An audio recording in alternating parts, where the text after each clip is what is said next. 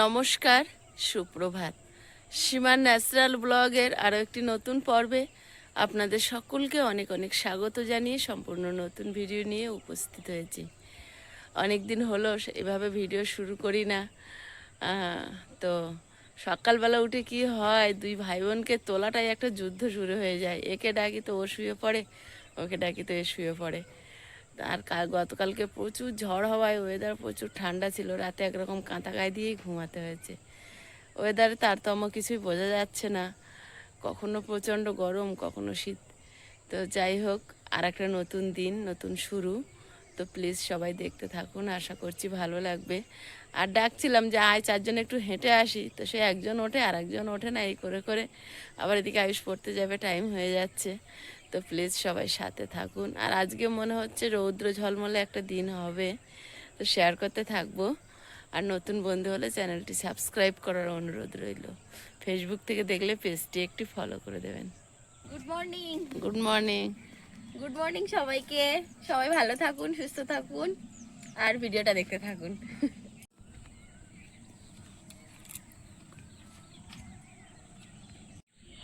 ভাই কই? ভাই ঘুম থেকে উঠে ব্রাশ করছে।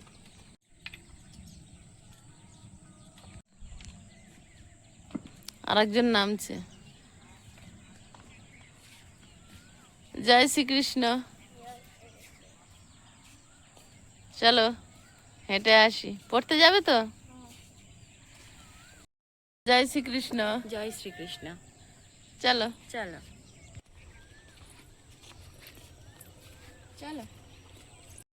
উপরে সূর্যের আলো পড়ে চকচক করছে একদম। চলো চলো।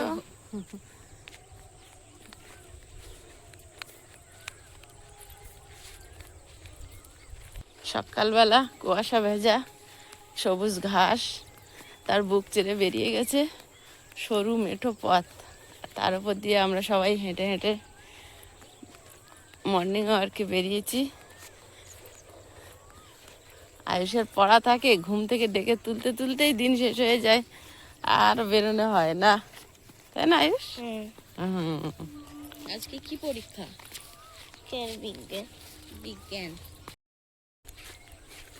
সায়েন্স। গুড।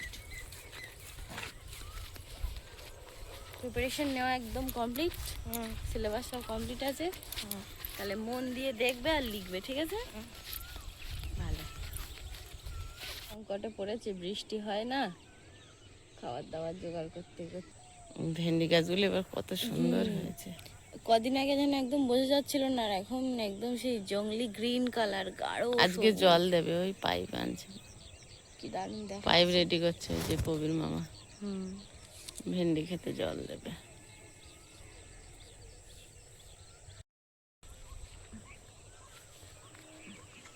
হাঁটতে হাঁটতে এসছি, বেশিটা দূরে না বাড়ি থেকে। তা সকালের এই মনোরম পরিবেশ খুব ভালো লাগছে। আয়ুষের এখনো একটু ঘুম ঘুম ভাবটা আছে, ধরা পড়েছে। ও টিউশন যাবে এবার, বাড়ির দিকে যাব হাঁটতে হাঁটতে। চলো, নাকি আরেকটু যাবে? আর যাবে আয়ুষ? চলো, আমার ভালো লেগে গেছে। চলো। বাড়ি যাবে না হাঁটতে যাবে? বাড়ি চলো, কটা বাজে?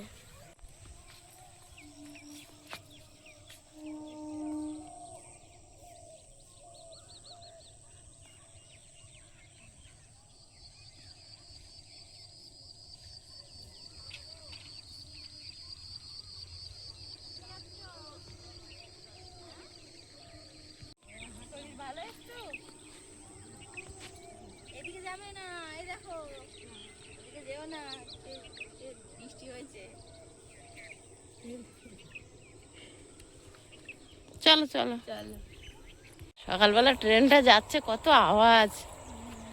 আর এখানে সকালবেলা তুমি ভালোভাবে লক্ষ্য করবে, চাম্পাহাটি থেকে সেই কি বলে ওই অ্যানাউন্স করে না ট্রেনের জন্য, শোনা যায় ওই সামনে না চাম্পাহাটি। এই ওইখানটা অত সুন্দর সূর্যমুখী হয়েছে।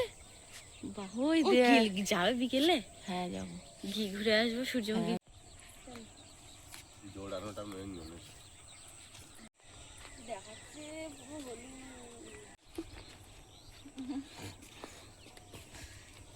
এত নরম গাছগুলো।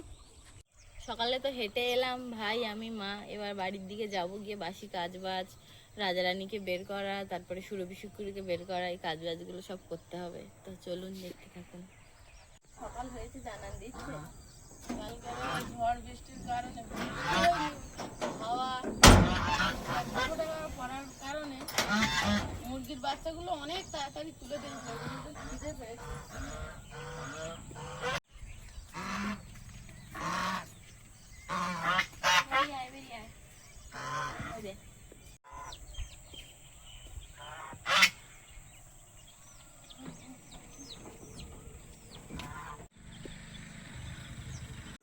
এটা হবে আদা কি পেয়ারা। পেয়ারা হ্যাঁ, হবে না? ওই তো ফুল ফুটেছে, ফুল হয়ে আর কিছুই হয় না। কিছুই হয় না। না ওরাও রাগ করে যে অভিমান হয় না যে আর বের করতে হবে না, আমাদের সেই দুপুরবেলা তুলে দিচ্ছে বিকেল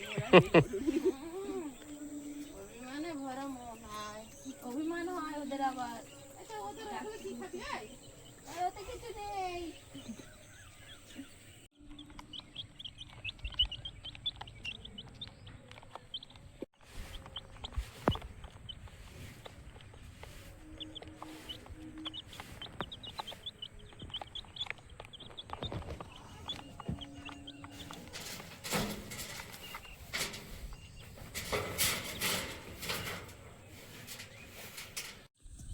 কালকে বাবা সকালে রান্না করেছি আর এখনো আগুনের ভিতরে। ঘুরে বসো তো চোখে ঢুকে যাবে।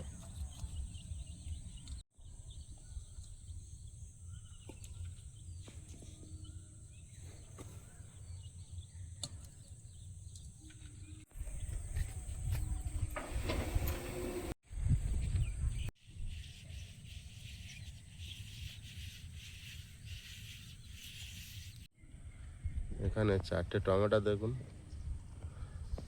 আস্তে আস্তে পাকছে। পাকার আগে কালারটা কত সুন্দর হয়েছে।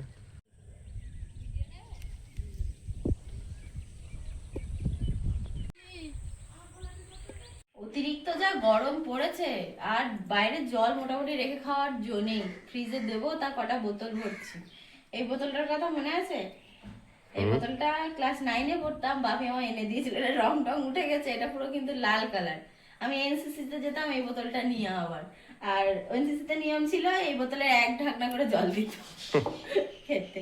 বোতলগুলো ফাইবার মনে না পড়ে বলে এই বোতলগুলো দেখলে, এই বোতলটা আমার বোতল, আমার বাপি এনে দিয়েছিল। এইটা আয়ুষ জিতে ছিল বাপির অফিস পিকনিকে দিয়ে। আর এ দুটো তো ওই আন্টি, আমাদের সংযুক্ত আন্টি পাঠিয়েছে।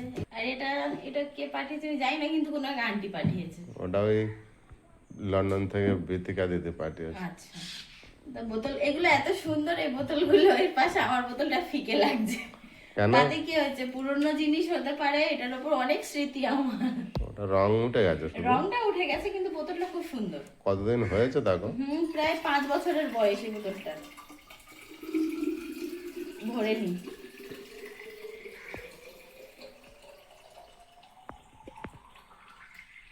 এত গরম পড়েছে, মানে জলের জন্য হাঁসফাঁস করতে হয়। এই জন্য ছাগলগুলোকেও আমি এখন 2বার করে জল খাওয়ানো করছি, ওদেরও কষ্ট হয়। বোতলটা বাইরের দিকে এরকম, কিন্তু ভেতরে জল মানে গরম জল গরম থাকে আর ঠান্ডা জল ঠান্ডা থাকে, ফ্লাক্স টাইপের। ভেতরে এখন যদি ঠান্ডা জল ভরে দেওয়া হয় সারাদিন ঠান্ডা থাকবে। তো যা জল ঠান্ডা ছিল ফ্রিজে মোটামুটি আমি তাহলে সেগুলো এই দুটোতে, এই 3টেতে ভরে দিয়েছি। এই 3টেতে মানে ফ্রিজে দিলে ঠান্ডা গরম কিছু হবে না, শুধু গাগুলো ঠান্ডা হয়। আর ফ্রিজে দেওয়া যায় এই 2টো বোতল। আর প্লাস্টিকের বোতল যেগুলো দিয়ে আসি, ভরে নিয়ে দিয়ে আসি। আর আমি এদিকে বিছানা যেগুলো মোটামুটি আমি করতে পারি সেই কাজগুলো করছি। বিছানা গোছানো, ঘরদার একটু ঝাড়টার দেওয়া, করতে দিতে চায় না, তাও বসে বসে কি বা করবো। আজকের পরীক্ষা আছে তো রান্না বসাবো, তার জন্য তাড়াতাড়ি বাসন মেজে নিচ্ছি। প্রিয়াঙ্কা ছোট মানুষ, রোজ দিন বাসন মাজতে চাইলেও দিই না, টুকটাক কাজগুলো করে বাড়ির মেয়ে। ভারী ভুরি কাজগুলো আমি করার চেষ্টা করি, কিন্তু ও খুব কাজ করে। ঘরে যত বোতল ছিল সব জল ভরে ফেলে, জল ভরা, বিছানা গোছানো এগুলো করে। কোনো বলতে লাগে না। ভাইকে রেডি করা।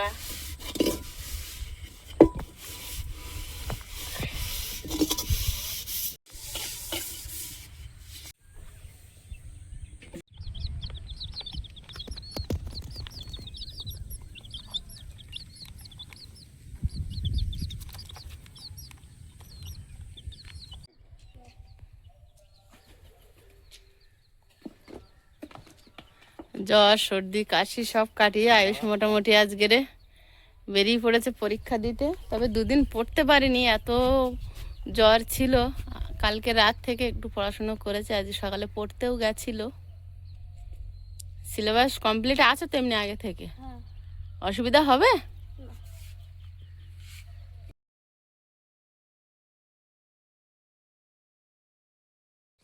টাটা দেখ, আমার কাছে দাও, অনেক ভারী না, হালকা।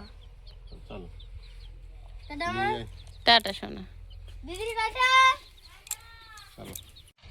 অনেকদিন পর আবার এই গাড়িটা দেখতে পেলাম, আমাদের পুকুর কাটাতে এসেছিল। আজকেও হয়তো কোথাও পুকুর টুকুর কাটানোর আছে, তাই যাচ্ছে।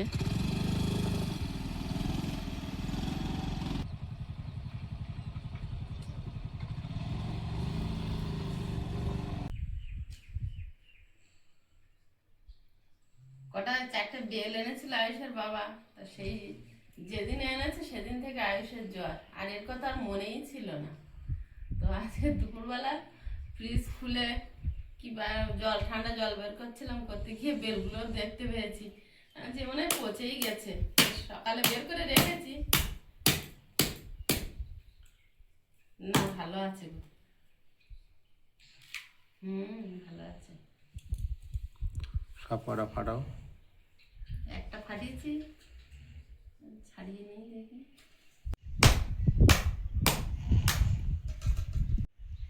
এটাও ভালো আছে।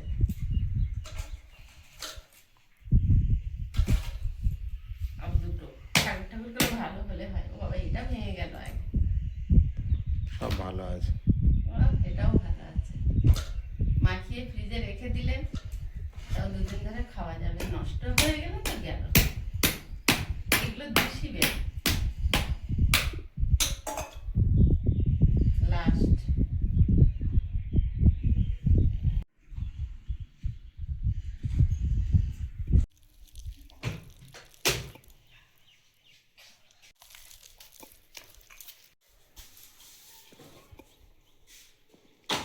কম দামে শরীর ঠান্ডা করার একটাই উপায় বেল।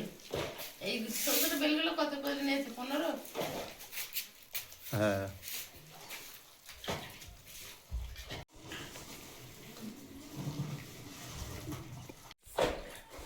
চিনি কত কত করে? আমি তো মাখাই না, এখন করে প্রিয়াঙ্কা আসার থেকে প্রিয়াঙ্কা মাখাই। দাও না করে মতো।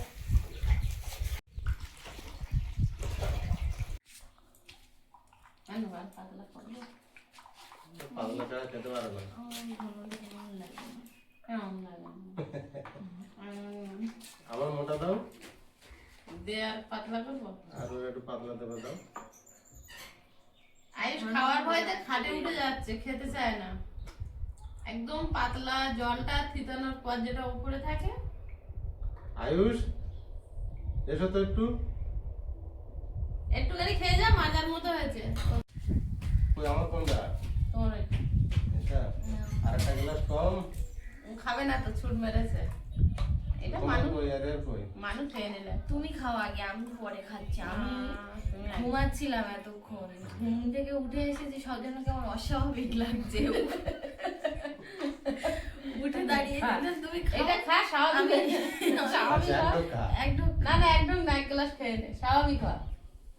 আচ্ছা, স্বাভাবিক হয় মা, এটা আচ্ছা। খেয়ে নে খাও, তারপরে। খাও, স্বাভাবিক তো হতেই হবে। এত মানুষ আমাকে এত ভালোবাসছে, এত কমেন্ট করছে আমাকে নিয়ে, এত মানুষ আমাকে ফোন করে বলছে স্বাভাবিক হতে, স্বাভাবিক তো আমাকে হতেই হবে। এক্ষুনি একজন আন্টি তোমার এক্ষুনি কোথা থেকে? হায়দ্রাবাদ থেকে। হায়দ্রাবাদ থেকে করলো। ফোন করেছিল, প্রিয়াঙ্কা তুমি স্বাভাবিক হও।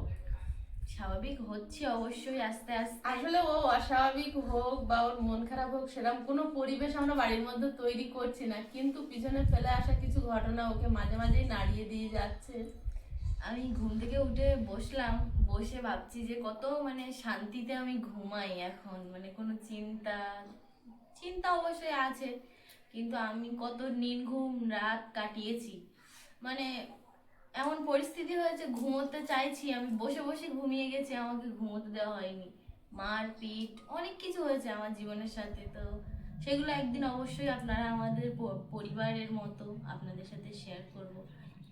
আরও একটা জিনিস যেটা আমাকে খুব ভাবায় বা আমাকে খুব মানে আমার খুব আক্ষেপ এই বিষয়টা নিয়ে, মাঝখানে একটা ঝড় উঠেছিল, এটা আমি ছোট, আমার যদিও বলা উচিত না, যেহেতু আমাকে নিয়ে কথাটা তো আমি বলি তাই। মানে আমার মাকে বলা হয়েছিল যে আমাকে লুকিয়ে রেখেছে।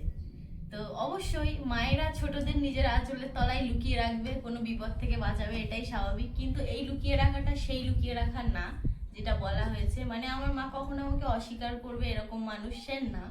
আর আমি মানে ভাবতেও পারি না আমার মা আমাকে মানে অস্বীকার করবে। আমার বাপিও আমাকে অস্বীকার করেনি কখনো, তো আমার মা তো আমার মা, আর আমার বাপিও আমারই বাপি। তো আমি মনে করি যারা এগুলো বলেছেন বা যাদের মন মানসিকতা যেমন, তারা বলেছেন অবশ্যই, কিন্তু এগুলো আপনাদের বলা উচিত হয়নি। আর ভুলটা আমার, অবশ্যই আমি নিজে থেকে চলে গিয়েছি। ওনারা বলেননি, ওনাদেরকে বলানো হয়েছে। তাদের মানে বাইরের মানুষকে অবশ্যই কেউ শিখিয়ে দিয়েছে, তারপরে বলেছে তাদের আমাদের পরিবার সম্পর্কে কখনো কোনো ধারণা হবে না। আর এই যে আমার চলে যাওয়াটা, সেটা আমার একদম সম্পূর্ণ নিজের ডিসিশন। এটাই, আমি তখন ছোট ছিলাম, আমাকে ভুল বোঝানো হয়েছিল অবশ্যই, কিন্তু আমি ছোট মানে এমনও ছোট ছিলাম না যে সব ভুল বুঝিয়েই নিয়ে গিয়েছিল। হ্যাঁ, আমারও কিছু দোষ ছিল, কিছু দোষ আমারও ছিল, আমি চলে গিয়েছিলাম। তো সেটা নিয়েও অনেক কথা অনেকে আমার মাকে বলেছে। তো আমার ভুলটা আমি সবসময় নতমস্তক স্বীকার করি যে আমার ভুল হয়েছে, আমাকে বলবেন, আমার মাকে আর কখনো এমনভাবে কেউ বলবেন না। আমি এখন আগের কমেন্ট সেকশনগুলো খুলে দেখলে আপনি আমার চোখ থেকে জল চলে আসে। তো প্লিজ এমন করবেন না, আমার মায়ের মতো মানুষ পৃথিবীতে হয় না। মায়ের মনটা এত বড়, মানে আমার মা বলে আমি বলবো না, আপনারা সব যাকে যারা মানে আমার মাকে ভালোবাসেন অবশ্যই আমার মাকে চেনেন, জানেন। আর আমার বাপি তো ভগবানের সমতুল্য, কোনোদিন আমি তাকে নিয়ে কোনো খারাপ কথা বলতেই চাই না। তো যাই হোক, অনেক কথা বললাম, আপনারা আমার পাশে থাকুন। আমি অবশ্যই আস্তে আস্তে স্বাভাবিক হয়ে উঠছি, সবাই আমার জন্য প্রে করবেন, আর এভাবেই আমাদের সাথে থাকুন। আর কি বলবো? আসলে কি জানেন তো, যে জন্য আজকে নিজেদেরকেও অপরাধী মনে হয় যে বিভিন্ন মানুষ এমন এমন কমেন্ট করেছে, বিশেষ করে বাংলা মাস ধরে বলছি, আষাঢ় মানে আমাদের গৃহপ্রবেশ হওয়ার পর থেকে, আপনারা যারা আমাদের নিয়মিত দর্শক তারা জানেন যে কোন টাইম থেকে কোন টাইম পর্যন্ত আমাকে কাটাছেঁড়া করা হয়েছে বেশি করে, আমাদের গৃহপ্রবেশের পর থেকে। তো সেইখানে এমন এমন মানুষ, যে মানুষগুলো এত আন্তরিক ছিল যে তারা ফোন করে এমনভাবে কথা বলতো যেন আমি তাদের ঘরের সন্তান, ঘরের মেয়ে, ঘরের বউ, ঘরের বোন, এরকমভাবে। তারপরেও সেই মানুষগুলোকে এমনভাবে বোঝানো হয়েছে। তার মধ্যেও আজকের আমি একজনের কথা বলবো বিশেষ করে, যিনি আমাকে কন্যা সম দেখতেন, তিনি একজন শিক্ষক। তাকেও ব্রেন ওয়াশ করানো হয়েছিল, তিনি ভুল কমেন্ট করতে বাধ্য হয়েছিল। তারপরে তিনি স্বীকারও করেছেন যে আমি কারোর কথায় প্রভাবিত হয়ে আমি এই কমেন্টগুলো করেছিলাম। তো তিনি একজন ইংলিশের শিক্ষক, মহান মানুষ, আমার অবশ্যই তার প্রতি শ্রদ্ধা রয়েছে আজও।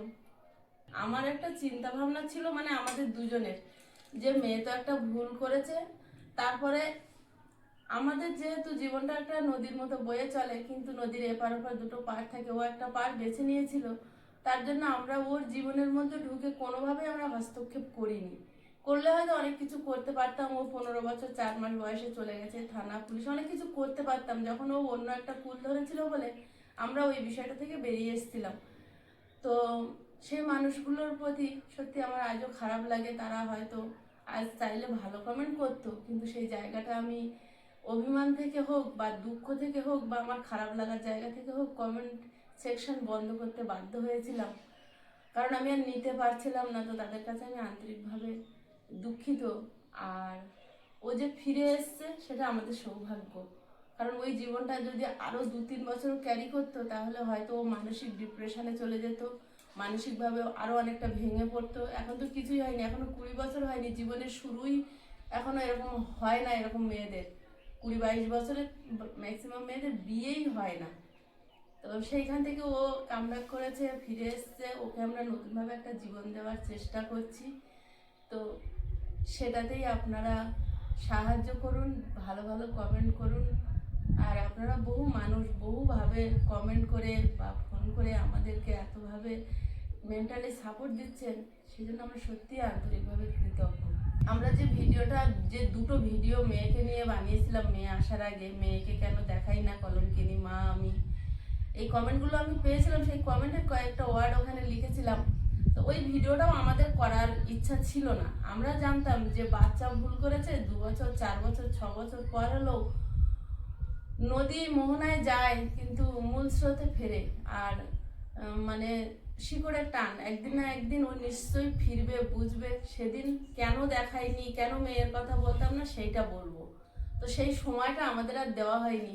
আমাদের চ্যানেলের উপরে প্রভাব পড়ছিল, আমাদের জীবনের উপরে প্রভাব পড়ছিল, যার জন্য বাধ্যতামূলক ওই ভিডিও দুটো আমরা বানিয়েছিলাম পার্ট 1 পার্ট 2 করে, আমাদের মেয়েকে নিয়ে, যে আমরা কেন মেয়েকে দেখাই না। যা গেছে গেছে মোটামুটি, সেটা তো আর ফিরে আসার মতো নয়। আর ওই সময় যখন মানে কি বলবো, ভুলটা অবশ্যই আমার, সব সময় আমি নিজের ভুলটা স্বীকার করি।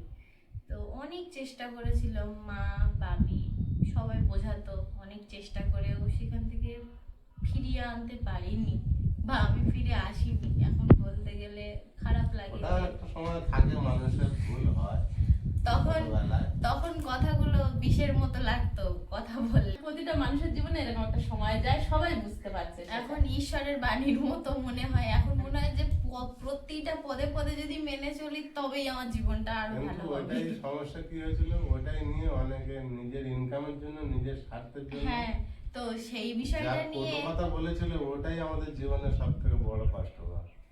সেই বিষয়টা নিয়ে এতটা জলঘোলা করা বা একটা মানুষকে নিয়ে এতটা ছোট করা, তো যাই হোক, অনেক কথা বলে দিলাম, অনেক অনেক কথা বলে দিলাম গল্প করতে করতে। আচ্ছা, ওসব কথা আর বলে লাভ নেই। বলে পাস লাভ ইজ নেই। পাস। Past is past. তো না। আপনাদের সবার মানে আপনারা সবাই আমাকে এত ভালোবেসেছেন এত কম দিনের মধ্যে। প্রিয়াঙ্কা মা, প্রিয়াঙ্কা সোনা মা, অনেক কমেন্ট আমি দেখি, আমি প্রতিটা কমেন্ট তোমার তুলনা তুমি ভালো, তাই তোমাকে সবাই ভালোবেসেছে। তো সব সময় আমাকে ভালো ভালো কমেন্ট করেন, এভাবে আমার সত্যিই খুব ভালো লাগে। আপনারা সবাই ভালো থাকুন, সুস্থ থাকুন, আর আমাদের পাশে এভাবে থাকুন।